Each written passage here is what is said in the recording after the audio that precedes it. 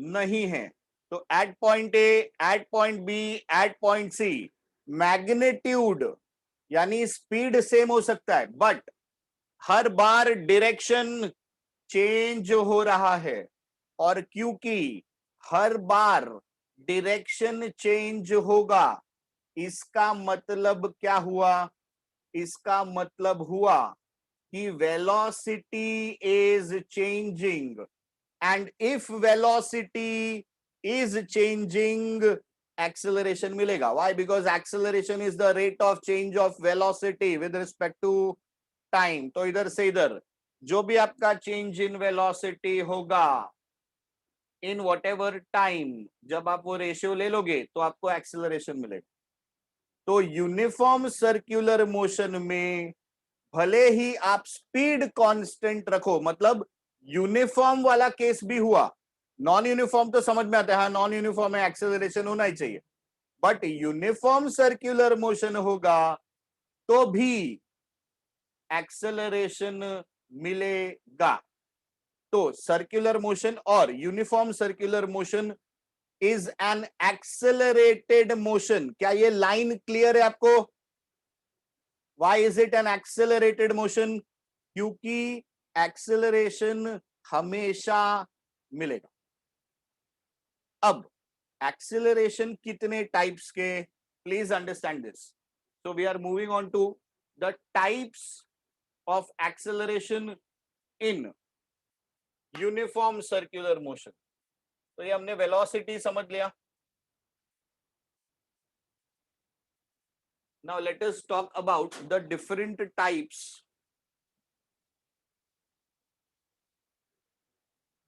of acceleration. So acceleration दो type के होंगे, एक एटी टेंजेंशियल एक्सेलरेशन, दूसरा एसी या A R. It will be AC और it will be A R. It will be centripetal acceleration और it will be radial acceleration. अब ये कहां पर एक्ट होंगे? चलिए लेट्स सी। तो ये मेरा पार्टिकल है A, where is AT? This is AT. Where is AC? This is AC. मतलब एसी कहां एक्ट करता है? AC is acting towards the circle.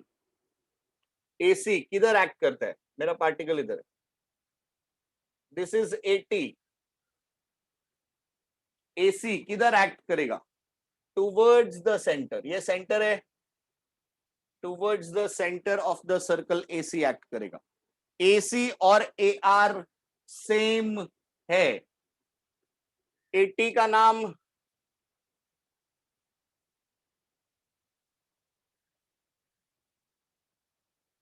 Tangential, AC का नाम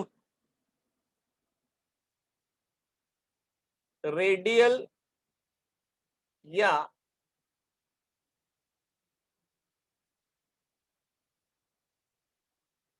सेंट्रीपीटल।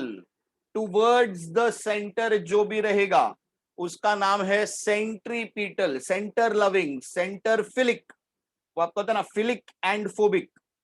तो it is towards the centre, so centre की तरफ centripetal. दोनों नाम दिमाग में बैठ रहा है, एक टेंजेंशियल, दूसरा सेंट्रीपीटल। कल हमने टेंजेंशियल का फॉर्मूला निकाला था। टेंजेंशियल का फॉर्मूला कैसे आता है? V is equal to R omega. इसका हम डेरिवेटिव लेंगे, dv by dt is equal to d by dt of R omega.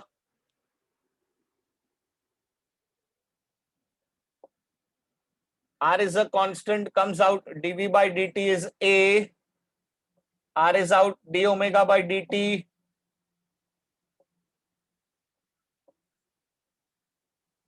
is alpha. So this is a equal to r alpha. ठीक है, ये क्या चीज था भाई? ये था टेंजेंशियल एक्सेलरेशन। अब एसी कैसे निकाले जाएगा? एसी का वैल्यू कैसे निकालेंगे?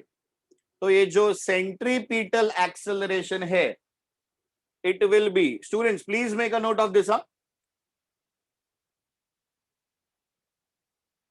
vectorially when we take, so AC is equal to minus omega square R बार। ये आपके बुक में आपको मिल जाएगा, सेकेंड पेज थर्ड पेज पे आपको मिलेगा। ये AC bar is equal to minus omega square R bar. Minus sign क्या इंडिकेट करता है? ये माइनस साइन का इंडिकेशन बहुत इंपॉर्टेंट है।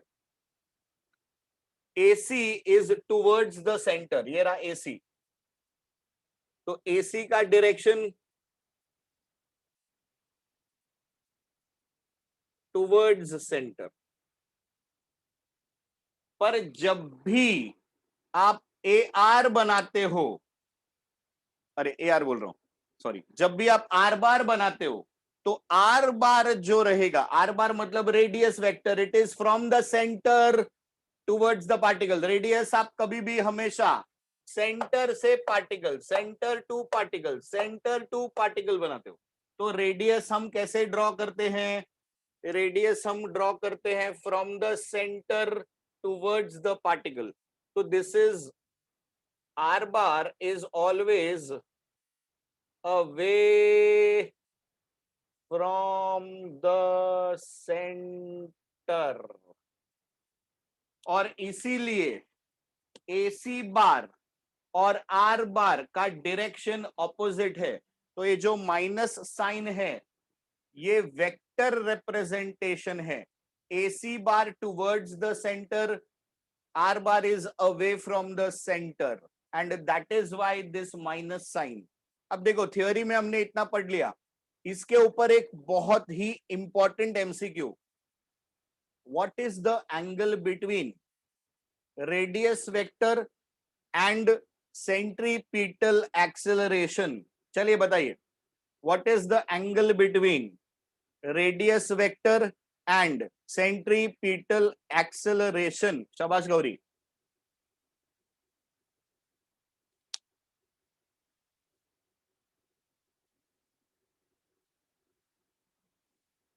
चलिए, बहुत सारे आंसर मिले। Answer, correct answer is 180।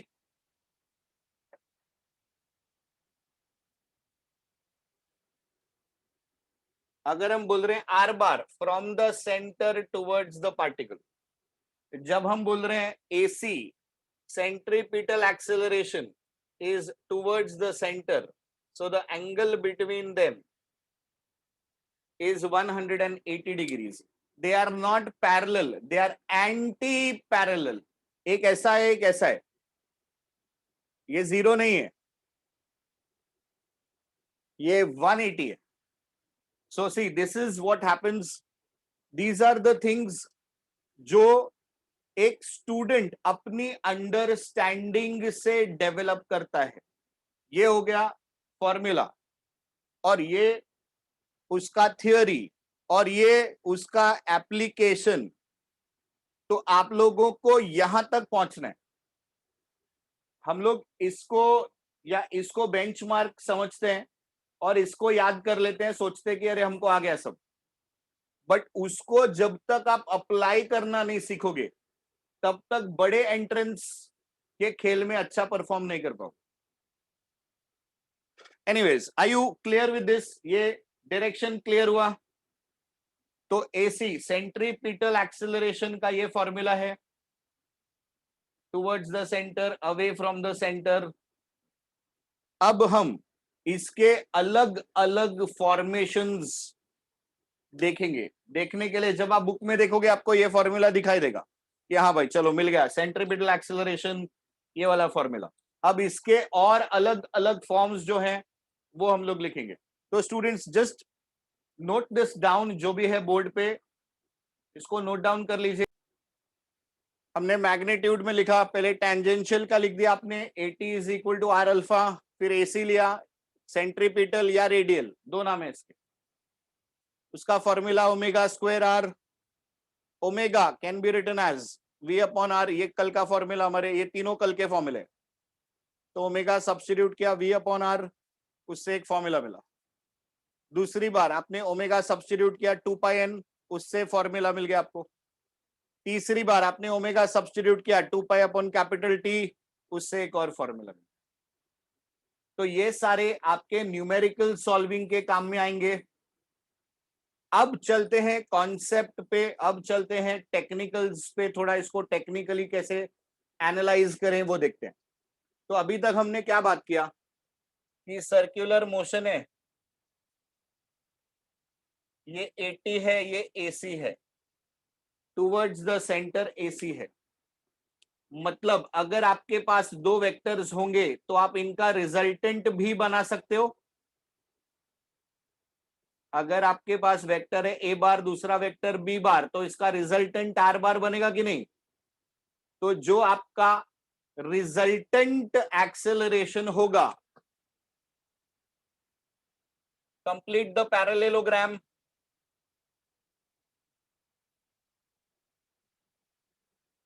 Standard 11 scalars and vectors parallelogram law, कोई भी दो वेक्टर्स है तो उसका resultant is the third side given by the diagonal starting from the same common point. So इन दोनों AT और AC का जो रिजल्टेंट है,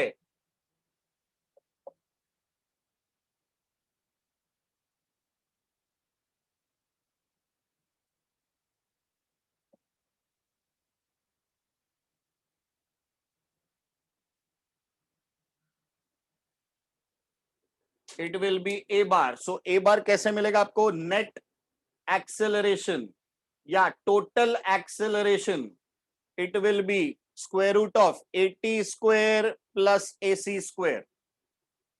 प्लीज लिखते जाइए इसको, this is the resultant diagram के साथ।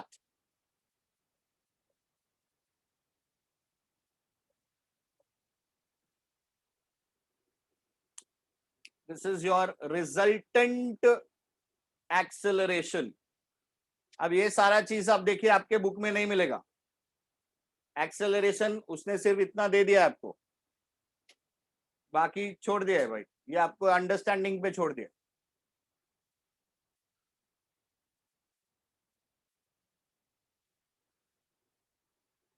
ओके चलिए अब थोड़े और टेक्निकल्स में घुसते हैं। If you are talking about UCM, अगर यूनिफॉर्म सर्कुलर मोशन हो रहा है, सोच के आंसर देना, सोचना जरूर इंपॉर्टेंट है कि आपको वो थिंकिंग डेवलप करवाना है। राइट या रॉन्ग की चिंता आप मत कीजिए। कोई सबसे पहले तो ये डर अपने को अंदर से निकालना पड़ेगा कि अरे मैंने रॉन्ग आंसर दिया तो क्या होगा, कुछ नहीं होगा, पर आप एटलीस्ट ट्राई तो करो, that is more important. So if there is uniform circular motion going on, circular motion हो रहा है, यूनिफॉर्म है, what is the value of alpha? What will be alpha?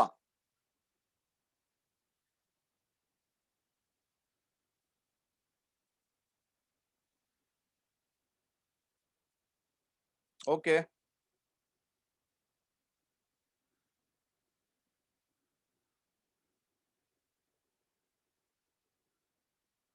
Okay.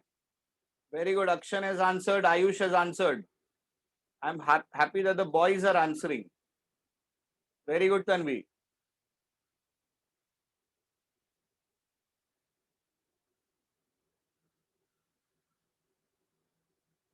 Tanvi, by the time others are trying, can you just try to put the reason why? Why have you given that answer? Yes, Gauri, Sakshi, Vaishnavi, Vishal. Very good, Gauri.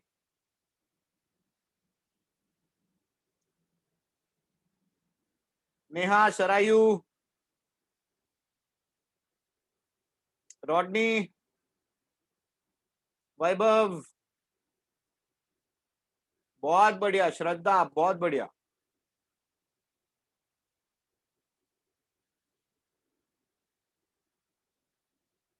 चलिए अब पहले answer लिखते हैं। Annabelle शाबाश बेटा, बहुत बढ़िया, very good Neha, correct है Tanvi. So your answer here is 0। Very good Jeet. तो जो आपका अल्फा का वैल्यू होगा वो होगा 0। स्टूडेंट्स प्लीज समझो, अब जिसको जो ये 0 तक नहीं पहुंच पाया,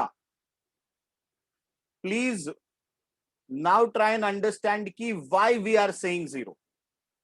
हमने बोला यूनिफॉर्म सर्कुलर मोशन हो रहा है,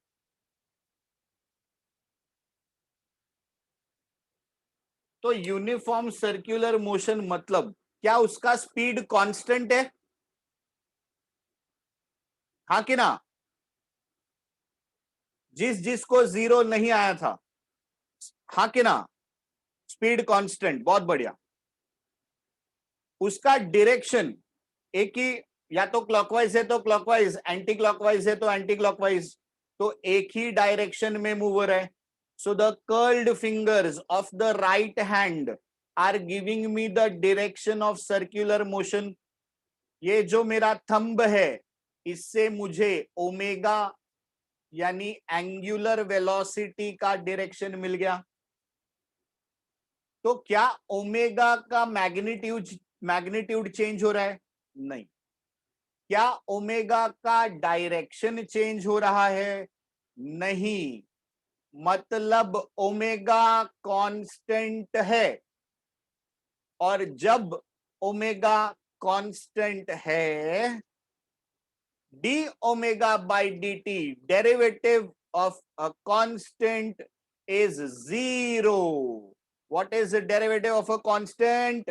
0। तो क्योंकि ओमेगा कांस्टेंट है, देखो क्वेश्चन में पूछ रहा हूं अल्फा का आपको, बट पीछे कहां पर जा रहे हैं हम लोग? इंप्लीकेशन जा रहा है ओमेगा पे। तो क्योंकि ओमेगा कांस्टेंट है, इस वजह से अल्फा विल बी 0। अब अगला सवाल, अगर अल्फा 0 है तो एटी कितना?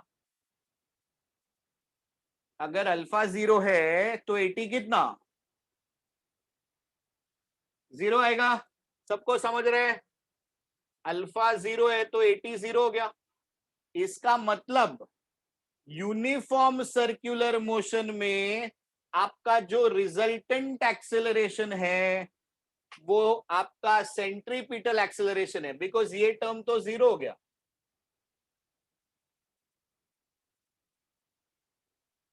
सो in case of UCM, alpha is 0, AT is 0, तो A is equal to A C और ए आर। तो बहुत बार क्या होता है, हम यूसीएम के कंडीशन को ही हमेशा फाइनल कंडीशन दिमाग में रखते हैं, और जब कोई नॉन यूनिफॉर्म वाला केस आता है उसमें भी जल्दबाजी में हम एसी निकालते हैं। पहला स्टेप में हमको वो फर्स्ट ऑप्शन दिखाई देता है एसी का वैल्यू, और हम लोग तुरंत खुशी खुशी में मार्क कर देते, अरे वाह मेरे को आंसर आ गया, देखो ये मिल रहा है आंसर, एंड इन दैट हरी हम वो मार्क कर देते हैं। तो ये जब भी आपको नेट एक्सेलरेशन निकालना है, टोटल एक्सेलरेशन निकालना है, रिजल्टेंट एक्सेलरेशन निकालना है, तो पहले आपको ध्यान से पढ़ने का कि यूसीएम बोल रहे हैं कि नॉन यूनिफॉर्म वाला मोशन है। अगर यूनिफॉर्म वाला मोशन है तब तो ठीक है, एसी ही आपका ए रहेगा। पर अगर कहीं कुछ वेरिएशन है यानी नॉन यूनिफॉर्म वाला केस है, तो मुझे एटी भी निकालना पड़ेगा। एटी कैसे निकालोगे? AT is equal to R alpha. अरे ये बात समझ में आ रही है स्टूडेंट्स?